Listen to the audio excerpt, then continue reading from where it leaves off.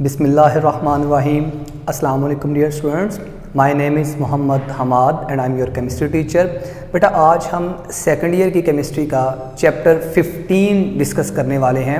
Chapter 15 जो है ये इंडस्ट्रीज़ इन पाकिस्तान से मुतल्लिक है। पाकिस्तान में जो कॉमन इंडस्ट्रीज़ मौजूद हैं उनमें एक इंडस्ट्री हमारे पास फर्टिलाइज़र है जो कि बहुत इम्पॉर्टेंट है, खाद।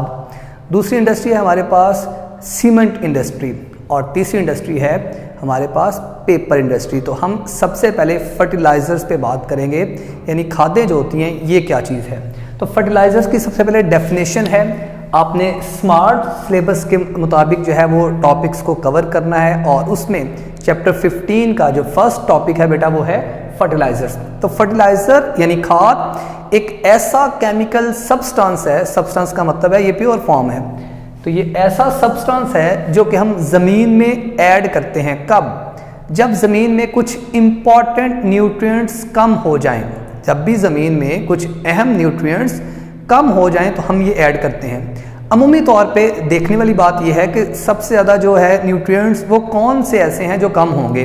बेटा उनमें शामिल होते हैं N मतलब नाइट्रोजन, फास्फोरस P और पोटाशियम के NPK, नाइट्रोजन, फास्फोरस और पोटाशियम। ये अमूमी तौर पे पौधे इनको ज़्यादा इस्तेमाल करते हैं बढ़ने के लिए और फ्रूट की रिपनिंग के लिए, अपने जड़ों को निज़ाम को बेहतर करने के लिए वो इनको ज़्यादा इस्तेमाल करते हैं। तो इसलिए इनकी जो है वो कमी ज़्यादा होती है। तो ये जब ज़मीन में कम हो जाएंगे तो यकीनन प्लांट्स जो है वो दोबारा अच्छे ग्रो नहीं कर सकेंगे। तो फिर हम क्या करेंगे, हम इनको आर्टिफिशली ऐड करते हैं। तो बेटा जो ये चीज़ प्रोवाइड करेगा ज़मीन में, इनकी कमी को पूरा करेगा, हम उसे क्या कहते हैं, फर्टिलाइज़र। तो substances added to soil to make up the deficiency of important nutrients, और ये वाले हैं इम्पॉर्टेंट न्यूट्रिएंट्स। अच्छा, जब हम बात करते हैं फर्टिलाइज़र्स की तो फर्टिलाइज़र्स की दो टाइप्स हमारे सामने आती हैं। एक को हम कहते हैं माइक्रो न्यूट्रिएंट। माइक्रो जिस तरह के वर्ड से ही एक्सप्लेन हो रहा है, सेल्फ एक्सप्लेनेटरी वर्ड है। माइक्रो मतलब थोड़ा, मैक्रो जो ज़्यादा होगा, यानी ऐसे न्यूट्रिएंट्स को हम माइक्रो न्यूट्रिएंट्स कहेंगे जो हमें स्मॉल अमाउंट में रिक्वायर्ड हैं, जो थोड़े चाहिए, जो बहुत थोड़े। अगर जिस तरह हमारी बॉडी के अंदर भी हमें आयरन की ज़रूरत होती है लेकिन वो ग्राम्स में, किलोग्राम्स में नहीं होती, वो तो ppm बहुत ही थोड़ी, पार्ट्स पर मिलियन बहुत थोड़ी मिकदार में चाहिए होते हैं। इस तरह पौधों को भी कुछ न्यूट्रिएंट्स बहुत थोड़ी मिकदार में चाहिए होते हैं, उन्हें हम कहेंगे माइक्रो न्यूट्रिएंट्स। और ऐसे जो बहुत ज़्यादा बल्क में चाहिए, ज़्यादा मिकदार में चाहिए होते हैं, उन्हें हम कहते हैं मैक्रो न्यूट्रिएंट्स। तो एक तो आपने क्वांटिटी के एतबार से डिफरेंस कर लेना है। ये शॉर्ट क्वेश्चन आ सकता है कि differentiate between micro and macro nutrients. ये बेटा आपके पास MCQ के तौर पे बात पूछी जा सकती है, NPK वाली, और ये हमारे पास एक शॉर्ट क्वेश्चन हो सकता है कि differentiate between micro and macro nutrients. तो माइक्रो ऐसे जो थोड़ी मिकदार में चाहिए, मैक्रो ऐसे जो ज़्यादा मिकदार में चाहिए। फिर थोड़ी मिकदार से मुराद कितनी मिकदार, अमाउंट, MCQ भी पूछा जा सकता है। तो बेटा 6 से 200 ग्राम्स, 6 से 200 ग्राम तक पर एकड़, ठीक है, पर एकड़ में हम ये यूज़ करते हैं 6 to 200 ग्राम सिर्फ। जो मैक्रो न्यूट्रिएंट्स हैं वो हमें 5 से 200 किलोग्राम्स में चाहिए होते हैं, ज़्यादा मिकदार है पर एकड़। तो ये आपने किलोग्राम में, ये याद रखना है, ये ग्राम में है और ये किलोग्राम के अंदर है। तो आपने अमाउंट MCQ के लिए भी याद रखनी है, और अगर डिफ्रेंशिएशन आ जाए, डिफ्रेंशिएट करें दोनों को, तो भी आपने इसको डिफ्रेंशिएट में ये पॉइंट लिखना है। फिर है एग्जाम्पल्स। एग्जाम्पल्स बहुत कीमती हैं। तो यहाँ पे एग्जाम्पल्स में जो माइक्रो न्यूट्रिएंट्स हैं उनकी मिसालों में है BCCI वैसे तो क्रिकेट बोर्ड भी है इंडिया का, तो आपने निमोनिक्स से ज़्यादा जल्दी चीज़ें याद रह जाती हैं। तो BCCI जो है, मतलब B का मतलब क्या होगा यहाँ पे बेटा, B का मतलब है बोरॉन। किताब में साथ साथ लिखते जाइए बुक के अंदर, B का मतलब यहाँ पे होगा बोरॉन। C का मतलब हमारे पास यहाँ पे जो माइक्रो न्यूट्रिएंट है वो आपके पास कॉपर, C कॉपर। फिर एक C है यहाँ पे, बोरॉन का सिंबल यही होता है, और कॉपर। देन क्लोरीन, फिर क्लोरीन आएगा, और लास्ट में I का मतलब जो होगा आयरन यानी Fe। तो BCCI, बोरॉन, कॉपर, क्लोरीन और आयरन, ये थोड़े मिकदार में चाहिए होते हैं। फिर एक है मोलिब्डेनम, जिंक और मैंगनीज, ये भी माइक्रो न्यूट्रिएंट्स हैं। तो आपको MCQ के तौर पे ये बात पूछी जा सकती है कि which of the following is a micro nutrient. तो जब तक आपको ये याद ना होगा BCCI MZM, तब तक ये मुश्किल हो जाएगा आपको बताना। तो ये याद करने का, मेमोराइज करने का एक तरीका हो सकता है। फिर है मैक्रोन्यूट्रिएंट्स। मैक्रोन्यूट्रिएंट में हमारे पास है NPK, इस पे बात हो चुकी, ये तो वैसे ही बहुत ज़्यादा इंपॉर्टेंट है जी।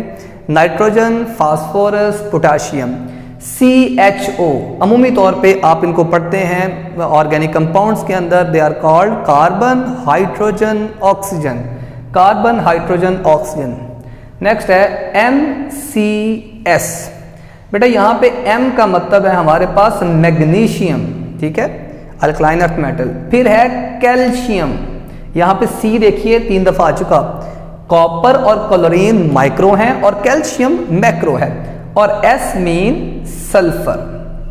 तो ये आपके पास मैक्रो न्यूट्रिएंट्स थे, NPK, CHO और MCS। MCS डिग्री को भी कहते हैं। तो ये आपके पास MCS ये वाले जो हैं, और इनमें से लास्ट 3 जो हैं ये ज़्यादा कंफ्यूजन क्रिएट कर सकते हैं इनके साथ। तो एक आपने ये तैयार कर लेने हैं MCQ के लिए। नेक्स्ट हमारे पास एसेंशियल क्वालिटीज। अच्छा, यहाँ पे 2 क्वेश्चंस मौजूद हैं। एक लिखी है किताब में रिक्वायरमेंट्स, रिक्वायरमेंट्स के मतलब एक छोटा सा पॉइंट डिस्कस किया है, और फिर लिखे हैं एसेंशियल क्वालिटीज। तो बेटा जो एसेंशियल अहम क्वालिटीज हैं, जिसमें खूबियां हैं, वही चीज़ रिक्वायर्ड होगी हमें। तो ऐसे फर्टिलाइजर्स जो कि बहुत अच्छे होंगे वही रिक्वायरमेंट है हमारी। तो ये बेसिकली सेम ही दोनों पॉइंट्स हैं। अगर आप रिक्वायरमेंट्स के पॉइंट्स देखते हैं तो वही पॉइंट्स किताब ने 1 2 3 करके बना के लिख दिए हैं, और पैराग्राफ की सूरत में उन्हें रिक्वायरमेंट की सूरत में लिख दिया है। तो आप एक ही याद कर ले, दोनों जगह पे काम आ सकते हैं। तो बेटा ये कौन सी हैं? यहाँ पे भी एक छोटा सा निमोनिक है जो आपकी हेल्प कर सकता है। ASI पुलिस में एक रैंक होता है ASI, और CSP ज़रा ज़्यादा बड़ा रैंक को कहते हैं, ठीक है, CSS करके जो आते हैं, और लास्ट में A। तो ये ASI CSP A। तो A का मतलब यहाँ पे क्या होगा हमारे पास? तो A का मतलब होगा अवेलेबिलिटी, यानी ऐसा फर्टिलाइजर हमें चाहिए जो कि रेडिली अवेलेबल हो। अवेलेबिलिटी कैसी होनी चाहिए इनकी? रेडिली, मतलब आसानी अवेलेबल हो जाए। तो पहली खूबी यह है कि फर्टिलाइजर आपने वो यूज करने हैं, ऐसा नहीं यूज कर सकते। देखिए, पौधे को अगर कैल्शियम चाहिए तो आप पौधे को कैल्शियम कार्बोनेट यानी पत्थर ये फेंक दें, मार्बल, तो वहां से कैल्शियम जो है एक्सट्रैक्ट करना पौधे के लिए आसान नहीं होगा। तो आपने इस फॉर्म में उसे प्रोवाइड करना है पौधे को कि वो उसे इजीली अवेलेबल हो जाए।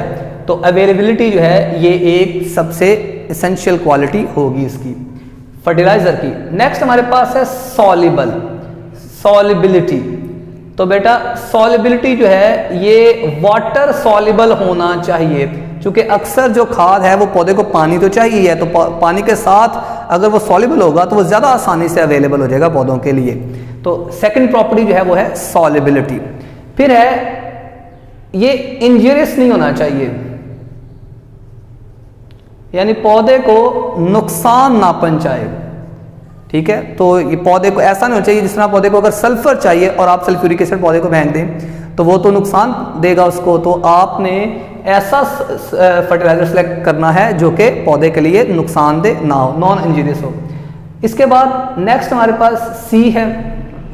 बेटा ये आपके पास इंपॉर्टेंट पॉइंट सबसे ज़्यादा, इट इज़ चीप, सस्ता होना चाहिए, यानी बहुत महंगा होगा तो यकीनन किसान के लिए अफोर्डेबल ही नहीं रहेगा। तो जो फर्टिलाइजर होगा वो चीप भी होगा। और फिर एस का मतलब है स्टेबल। अब स्टेबल से मुराद ये है कि आप जब फर्टिलाइजर ऐड करते हैं सॉइल में तो ये ना हो कि वो सूरज की धूप से या पानी में पड़े रहने से किसी और चीज़ में कन्वर्ट हो जाए, ठीक है, वो कुछ और नया बना ले और वो पौधे के लिए फिर जो है वो नुकसानदेह भी हो सकता है या उसके काबिल इस्तेमाल ही ना रहे। तो ऐसा होना चाहिए जो कुछ स्टेबल भी हो और पौधे को देर तक जो न्यूट्रिएंट्स चाहिए वो प्रोवाइड करता रहे, तो स्टेबिलिटी भी उसमें होनी चाहिए। और पी का मतलब है पीएच। बेटा सॉइल की पीएच बहुत इंपॉर्टेंट होती है, तो पीएच अगर बदल जाए तो काम खराब हो जाएगा, पौधा डाई। तो यहाँ पे आपने it should not alter the pH, पौधे की पीएच को अल्टर ना करें, ऐसा आपने फर्टिलाइजर इसमें इस्तेमाल करना है। और लास्ट वन है एसिमिलेट। एसिमिलेट का मतलब है पौधा इसको बड़ी आसानी के साथ अब्जॉर्ब कर ले, पौधा बहुत आसानी से इसको अब्जॉर्ब करे, यानी ऐसी फॉर्म में हो कि पौधा आसानी से उसे एसिमिलेट कर ले। तो ये ASI-CSPA, ASI मतलब अवेलेबिलिटी, सॉल्युबिलिटी और injurious, CSP cheap, stable and should not alter the pH, and A mean assimilate easily. तो ये वाले बेटा वो फीचर्स हैं जो कि आप एक फर्टिलाइजर में चाह रहे होते हैं और ये उसकी अच्छी खूबियां हैं। नेक्स्ट हमारे पास है क्लासिफिकेशंस। क्लासिफिकेशंस जो हैं बेटा आम तौर पे हम जिस तरह की रिक्वायरमेंट है उस तरह से इसे क्लासिफाई कर देते हैं। कुछ ऐसे फर्टिलाइजर्स हैं जो बहुत ही ज़्यादा आसानी से आपको प्रोवाइड कर रहे होते हैं, क्या चीज़, वो नाइट्रोजन प्रोवाइड करते हैं, और जो नाइट्रोजन प्रोवाइड करते हैं बेटा उसे हम कहते हैं नाइट्रोजनस फर्टिलाइजर्स। और जो ज़्यादा मात्रा में, ज़्यादा मिकदार में आपको प्रोवाइड करेंगे फास्फोरस और फास्फेटिक है, और जो आपको पोटाशियम प्रोवाइड करेंगे उन्हें हम क्या कहेंगे, पोटाश फर्टिलाइजर्स। तो there are 3 types of fertilisers, और ये किस बेस पे की जाती हैं कि वो कौन सा मेजर जो है वो एलिमेंट जो है वो प्रोवाइड कर रहे हैं। तो नाइट्रोजन, फास्फेटिक और पोटाशियम फर्टिलाइजर। तो बेटा इनमें सबसे जो पहला है वो है हमारे पास नाइट्रोजनस फर्टिलाइजर्स। नाइट्रोजनस फर्टिलाइजर एक ऐसा फर्टिलाइजर होगा जो कि नाइट्रोजन प्रोवाइड करेगा। तो यहाँ पे नाइट्रोजनस फर्टिलाइजर में जो चंद एक बहुत ही इंपॉर्टेंट फीचर्स मौजूद हैं, मैंने उन्हें एक छोटे से निमोनिक्स की सूरत में लिख दिया है। एक्चुअली ये ज़्यादा डाटा वाला काम होता है, तो ये अगर निमोनिक्स बन जाए तो ज़रा आसान हो जाएगा। पीस, टुकड़ा। तो पी का मतलब यहाँ पे होगा कि ये प्रोवाइड करेगा क्या, इट कैन प्रोवाइड नाइट्रोजन, ये नाइट्रोजन प्रोवाइड करेगा। और फिर सबसे ज़्यादा इसका फायदा है इट इम्पार्ट, ये इम्पार्ट करता है ग्रीन कलर, ग्रीन कलर को इम्पार्ट करता है पौधों के अंदर। पौधों का जो सब्ज रंग है पत्तों में, उसमें नाइट्रोजन का भी बहुत रोल है। फिर आपके पास जब पौधा छोटा होता है, जब पौधा स्मॉल साइज का होता है, तो बेटा आप उसे यूरिया खाद ज़्यादा इस्तेमाल करते हैं, क्योंकि यूरिया नाइट्रोजन बहुत ज़्यादा प्रोवाइड कर सकता है। तो पौधे के बढ़ने के लिए आपको नाइट्रोजनस फर्टिलाइजर चाहिए होते हैं। तो ये अर्ली ग्रोथ में बहुत अहम रोल प्ले करता है, तो अर्ली ग्रोथ भी इसका एक अहम फीचर है। फिर ये कॉन्स्टिट्यूएंट ऑफ प्रोटीन है, कॉन्स्टिट्यूएंट ऑफ प्रोटीन है, ये प्रोटीन बनाता नहीं लेकिन उसका हिस्सा है। आप जानते हैं प्रोटीन में नाइट्रोजन होता है, अमाइनो एसिड से बनती है, तो उसमें अमाइन के अंदर नाइट्रोजन मौजूद है। कॉन्स्टिट्यूएंट ऑफ प्रोटीन है, प्रोटीन का एक हिस्सा होता है। और लास्ट में ये इन्हेंस करता है, इन्हेंस यील्ड, पैदावार को बढ़ाता है। ठीक है, तो ये आपके पास पीस, इसकी 5 प्रॉपर्टीज हैं जो कि शॉर्ट क्वेश्चन आ सकता है कि why nitrogenous fertilisers are so important.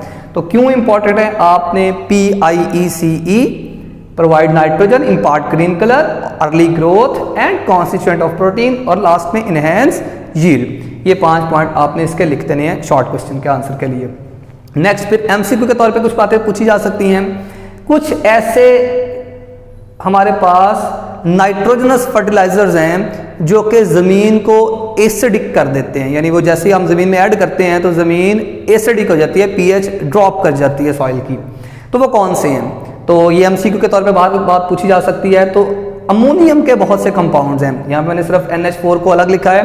Ammonium का हाइड्रोक्साइड, यानी अगर आप NH4OH हो तो ये भी ज़मीन को एसिडिक करेगा। Ammonium hydroxide, ammonium chloride, ammonium sulphate, ammonium nitrate और नीचे ammonium phosphate, they all make the soil acidic.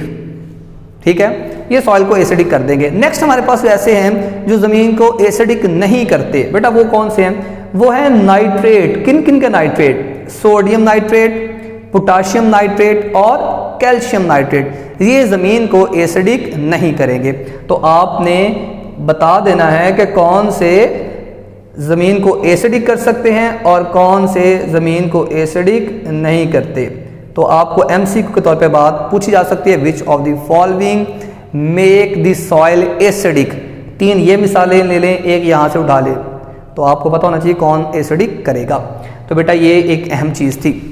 Next आपको नज़र आ रहा होगा यहाँ पे लेफ्ट साइड पे मेरी फर्टिलाइजर्स की डिफरेंट टाइप्स, ठीक है। उनमें नाइट्रोजनस फर्टिलाइजर्स को आज हम डिस्कस करेंगे और मैंने इसका कुछ जो है वो टेबल बना लिया, ये काफ़ी हेल्प करेगा इसको याद करने के लिए।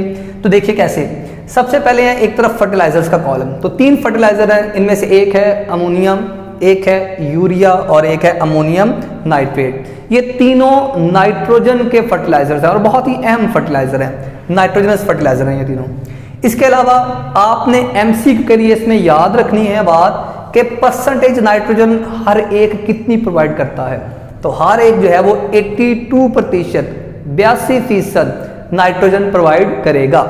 नेक्स्ट यूरिया करेगा 46% नाइट्रोजन प्रोवाइड और अमोनियम नाइट्रेट 33 से लेके 33.5 यानी 33 से 33.5% जो है वो नाइट्रोजन प्रोवाइड करेगा अमोनियम नाइट्रेट। तो सबसे पहले एमसीक्यू के लिए ये बहुत ही अहम बात है कि कौन क्या प्रोवाइड कर सकता है, कितने %। तो ये नाइट्रोजन की परसेंटेज खास तौर पे पूछी जाती है, ये याद होनी चाहिए। नेक्स्ट आपके पास है फिजिकल स्टेट। पी स्टेट का मतलब है फिजिकल स्टेट। तो अमोनिया जो है ये लिक्विड स्टेट में पौधे को दिया जाता है। वैसे ये अमोनिया डायरेक्ट तो गैस होती है, तो अमोनिया को पानी में हल करें, वैसे बन जाएगा अमोनियम हाइड्रोक्साइड, तो वो फिर आप उस पौधे को ऐड करेंगे। तो ये लिक्विड स्टेट में, और ये अहम बात भी है कि this is the only fertiliser जो कि हम ज़मीन में लिक्विड स्टेट में ऐड करते हैं। तो ये भी अहम बात हो गई एमसीक्यू के लिए। और बाकी सारे क्या होंगे? सॉलिड, यूरिया सॉलिड, लेकिन प्रिल्स की फॉर्म में। इस तरह अमोनियम नाइट्रेट भी सॉलिड फॉर्म में पौधे को दिया जाता है। तो ये दोनों जो कॉलम है ये एमसीक्यू के लिए बहरहाल बहुत अहम है। फिर है अमोनिया के मुतालिक एक और बात कि अमोनिया को प्रिपेयर कैसे किया जाएगा। यहाँ पे प्रिपरेशन का कॉलम है, तो इसको प्रिपेयर करने का बेटा मेथड है कि आप नाइट्रोजन हवा से, ठीक है, लिक्विफिकेशन मेथड के जरिए हासिल कर सकते हैं, और हाइड्रोजन को आप भी हासिल करते हैं। और नाइट्रोजन और हाइड्रोजन दोनों के कम्बिनेशन से हैबर्स प्रोसेस कहते हैं आप, हैबर्स प्रोसेस। हाइड्रोजन को हम हासिल कर सकते हैं जब भी आप एसिड को मेटल के साथ रिएक्ट करवाएं, तो भी वहाँ से हाइड्रोजन गैस इवॉल्व होती है। तो ये भी एक मेथड है जहाँ से आप हाइड्रोजन को हासिल करेंगे। तो नाइट्रोजन और हाइड्रोजन के कम्बिनेशन से क्या बनेगा? अमोनिया प्रिपेयर होगा। तो सबसे पहले आपने अमोनिया की प्रिपरेशन का मेथड देखा। इसके बाद यहाँ पे इसका एक इंपॉर्टेंट फीचर भी है, ये ज़मीन में 6 इंचेस डाउन सॉइल में जाके आप इसे इंजेक्ट करते हैं। बेटा ज़मीन को नरम करते हैं और उसके बाद 6 इंचेस डाउन जाके इसे बकायदा तौर पे इंजेक्ट किया जाता है। क्यों? हम इसे ऊपर क्यों नहीं पानी के साथ बिखेर देते? बेटा अगर हम ऊपर बिखेरेंगे तो ये क्या कर जाएगा, ये नीचे, जिसे हम कहते हैं लीच कर जाएगा, एक्सटेंसिव लीच कर जाएगा, यानी ज़मीन के नीचे चले जाएगा पोर्स के जरिए थ्रू कैपिलरी रिएक्शन। अब यहाँ पे जब आप क्या करते हैं, इसे ज़मीन को नरम करके नीचे जाके इंजेक्ट करते हैं, चूँकि ऊपर वाली ज़मीन नरम होती है तो ये ऊपर की जानिब ट्रैवल करता है। फिर अगर हम वैसे इसको ऊपर वाली साइड पे रखें, पानी के साथ मिला के इसको पौधे के को इस्तेमाल के लिए दें, तो ये ज़मीन में नीचे चले जाएगा। और अगर ज़मीन नरम करके नीचे से इंजेक्ट करें तो ये फिर थ्रू कैपिलरी रिएक्शन ऊपर की तरफ आता है। इसलिए हम क्या करते हैं, इसे 6 इंचेस डाउन जाके इंजेक्ट करते हैं। तो एक बात आपने ये वाली याद रखनी है। नेक्स्ट आपके पास है यूरिया की मैन्युफैक्चरिंग। ये थोड़ा किताब में भी थोड़ा सा लंबा लिखा हुआ है, तो आपने इसको ज़रा अच्छा याद कर लेना है, इंपॉर्टेंट है ये। इसमें सबसे पहला पॉइंट, किताब में इसके पॉइंट्स बनाए हुए हैं, तो इसका सबसे पहला पॉइंट है कि आप हाइड्रोजन और नाइट्रोजन को प्रिपेयर करिए। तो preparation of nitrogen and hydrogen. तो मैंने आपको बताया कि नाइट्रोजन को आपने कैसे प्रिपेयर करना है। नाइट्रोजन बेटा आप हवा, एयर को लिक्विफाई करें, एयर लिक्विड बन जाएगी, और एयर में 78% नाइट्रोजन है, और फिर उसे फ्रैक्शनल डिस्टिलेशन करें। हर एक बॉइलिंग पॉइंट की बुना पे जो है वो उसमें से सेपरेट होती जाएगी, तो वहाँ से भी आप नाइट्रोजन को कलेक्ट कर सकते हैं। और इस तरह से आप हाइड्रोजन को भी स्टीम का रिएक्शन कोक के साथ करें, स्टीम और कोयले का जब रिएक्शन किया जाता है तो बेटा वहाँ से भी आपके पास हाइड्रोजन गैस प्रिपेयर होती है। तो आपने preparation of nitrogen and hydrogen को पहले लेना है। इसके बाद आप क्या करेंगे, जब ये दोनों प्रिपेयर हो चुकी हों, सेकंड जो इसका स्टेप है वो है अमोनिया प्रिपेयर करें। तो अमोनिया हम पहले ही प्रिपेयर कर चुके हैं। कैसे? नाइट्रोजन हवा से, हाइड्रोजन कोयले और स्टीम के रिएक्शन से, दोनों को रिएक्ट किया 1:3 रेशो में आयरन कैटलिस्ट के साथ 450 डिग्री सेंटीग्रेड पे, तो क्या मिलेगा? अमोनिया मिलेगा। तो अमोनिया को इस तरह से प्रिपेयर किया जाएगा। तो फर्स्ट स्टेप क्या था? नाइट्रोजन और हाइड्रोजन की प्रिपरेशन। सेकंड क्या था? उनको मिला के अमोनिया की प्रिपरेशन। थर्ड स्टेप इसका क्या है कि आपने अमोनिया के 2:1 कार्बन डाइऑक्साइड के साथ 2 मोल अमोनिया और 1 मोल कार्बन डाइऑक्साइड, इन दोनों को मिलाएंगे तो आपके पास बनेगा अमोनियम कार्बामेट। तो थर्ड स्टेप में अमोनियम कार्बामेट की तैयारी है, preparation of ammonium carbamate. First step क्या था? रिकॉल करिए जरा। फर्स्ट स्टेप था preparation of hydrogen and nitrogen. Second क्या था? Preparation of ammonia. Third one क्या था? Preparation of ammonium carbamate. कैसे की? अमोनिया और कार्बन डाइऑक्साइड के रिएक्शन से।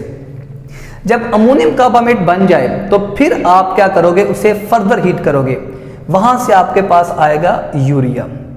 तो ये देखिए अमोनियम, ये बेटा आपके पास अमोनियम NH4 अमोनियम, और इसे हम कार्बामेट कहते हैं, अमोनियम कार्बामेट। इसको आप हीट करेंगे बेटा, वाटर रिमूव होगा। यहाँ पे 2 ऑक्सीजन मौजूद है जी, यहाँ पे 2 ऑक्सीजन है, तो NH2COONH4 है बेटा। यहाँ से 2 हाइड्रोजन यहाँ से रिमूव होंगे, 1 ऑक्सीजन रिमूव होगा, वाटर फॉर्म होगा, और साथ में आपके पास NH2CONH2, ये यूरिया है, लेकिन ये एक्वस यूरिया होगा क्योंकि साथ में पानी भी है।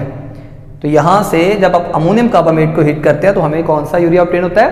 Aqueous urea. एक्वस यूरिया जब आप रखेंगे यहां पे एक्वस यूरिया, फिर आप इसे फर्दर हीट करेंगे। एक्वस यूरिया को फर्दर हीट करेंगे। क्यों हीट करेंगे? ताकि इसमें से वाटर जो है वो एवेपोरेट हो जाए। जब पानी इसमें से एवेपोरेट हो जाएगा तो फिर आपके पास जो यूरिया आएगा वो होगा मोल्टन यूरिया। ठीक है, यहाँ पे पानी नहीं होगा, यूरिया सिर्फ होगा और वो पिघली हुई हालत में होगा। अब मोल्टन यूरिया का आप क्या करते हो बेटा? इसके बाद हम इसकी करते हैं प्रिलिंग। प्रिलिंग एक ऐसा अमल है जिसमें आप यूरिया को एक हाइट से नीचे गिराते हैं, लिक्विड यूरिया को, और नीचे से एयर ब्लो करते हैं। ठीक है, तो एयर ब्लो करते हैं जब, तो बेटा यूरिया जो है वो जो लिक्विड की फॉर्म में ऊपर से नीचे आ रहा है, जिस तरह बारिश ड्रॉपलेट्स बनाती है, बारिश कंडेंस होती है, ऊपर जो है बादल वो कंडेंस होते हैं और नीचे आते हैं, और ड्रिफ्ट वेलोसिटी के जरिए जो एयर की रेजिस्टेंस होती है उससे वो क्या हो जाते हैं? वो छोटे छोटे आपके पास ड्रॉप्स की सूरत में ज़मीन पे आके गिरते हैं। इसी तरह से हमारे पास मोल्टन जो यूरिया है, इसे हम एक हाइट से गिराते हैं, नीचे से एयर ब्लो करते हैं, और एयर जो है वो जब मोल्टन यूरिया नीचे गिरता है तो ड्रिफ्ट प्रोसेस से ये भी किस में कन्वर्ट हो जाता है? छोटे छोटे ड्रॉपलेट्स में। और ड्रॉप्स ये जब ठंडे होंगे तो ये दोबारा से सॉलिड की फॉर्म में आ जाएंगे। तो प्रिल्स कहते हैं छोटी छोटी गोलियों को जिस फॉर्म में हम इसे प्रिपेयर करते हैं। तो प्रिलिंग, दैट प्रोसेस इज कॉल्ड प्रिलिंग। तो आपके पास प्रिल्स का फायदा है। प्रिल्स का फायदा ये है कि ये इजी टू हैंडल होती है। अगर आप इसे पाउडर की फॉर्म में यूरिया को यूज़ करते हैं और फसलों में बिखेरते हैं तो बेटा ये हवा अगर थोड़ी तेज़ चल रही है तो ये धूल बन के उड़ जाएगा। ठीक है, प्रिल्स का फायदा ये है कि जिस तरह हमने देखा था कि ये असिमिलेट भी होता है और कुछ देर के लिए स्टेबल भी रहता है। जो गोलियां ना छोटी छोटी वो थोड़ा टाइम स्टे कर जाती हैं ज़्यादा देर के लिए, तो पौधे को उससे ज़्यादा अरसे तक फिर ये अवेलेबल रहेगा। तो प्रिलिंग हमारे पास एडवांटेज कैरी करता है। कौन कौन सा एडवांटेज? एक तो ये हैंडल करना ईजी है, डस्टी नहीं है। ठीक है, फिर इसके बाद आप जब फसलों को इसे इस्तेमाल में लेके आएंगे तो ये डस्ट के साथ उड़ेगा नहीं, हवा के साथ जाएगा नहीं, डस्ट नहीं बनेगा। ये तो नहीं होगा कि आपने अपनी फसल को लगाया, हवा थोड़ी चली, पता लगा सारे का सारा यूरिया साथ वाले की फसल में चले गया, तो इकट्ठा तो नहीं करना, मुश्किल हो जाएगा वापस। तो यहाँ पे इसलिए प्रिल्स की फॉर्म में दिया जाता है। और फिर ये प्रिल्स जो है वो थोड़ा सा स्टेबल भी हैं, ज़्यादा लंबे अरसे तक वो आहिस्ता आहिस्ता घुलती रहती हैं पानी के अंदर और पौधे को मिलता रहता है। तो प्रिलिंग के 12 एडवांटेज हैं। तो ये भी आपके पास इंपॉर्टेंट था इसकी प्रिपरेशन के मेथड। नेक्स्ट आपके पास जो है वो है अमोनियम नाइट्रेट की तैयारी। अमोनियम नाइट्रेट को बहुत आसानी तरीके से बेटा, ये आपके पास अमोनिया एक बेस है और HNO3 नाइट्रिक एसिड, दोनों को रिएक्शन से क्या बनेगा? एसिड बेस रिएक्शन से सॉल्ट बनेगा अमोनियम नाइट्रेट, तो NH4NO3। ये भी एक बहुत अहम चीज़ थी। फीचर्स के मुतालिक याद रखिएगा, यूरिया ये एमसीक्यू के तौर पे आता है जी, most widely use fertiliser Pakistan में भी और वर्ल्ड ओवर भी सबसे ज़्यादा जो इस्तेमाल होता है वो कौन सा है? यूरिया। और अमोनियम नाइट्रेट के लिए जो एक इंपॉर्टेंट बात आप याद रखेंगे वो ये है कि ammonium nitrate is a hygroscopic, hygroscopic कहते हैं ऐसे सब्सटेंस जो मॉइस्चर को एब्जॉर्ब करें और थोड़े से सख्त हो जाएं।